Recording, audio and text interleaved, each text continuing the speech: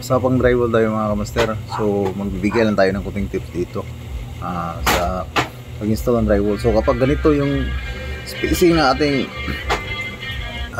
drywall, dyan tayo nagsimula, dapat nakaharap din doon yung ano natin, yung studs natin.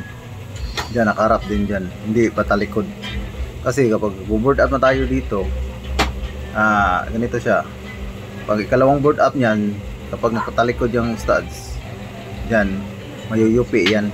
Lalo na kapag yung studs natin ay hindi masyado makapal. Tulad nito, hindi ito G ang binili. So dapat nakaharap siya talaga.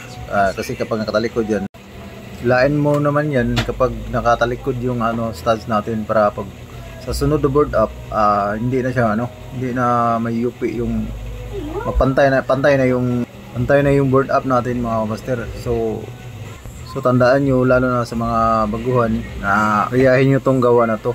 Kapag nagsimula kayo doon, dapat nakaharap yung natin, yung mga studs natin, para pagdating sa board up natin, ganito yung resulta niya. Pantay yung dugtungan niya. Sana makatulong tong idea natin, lalo na sa mga baguhan.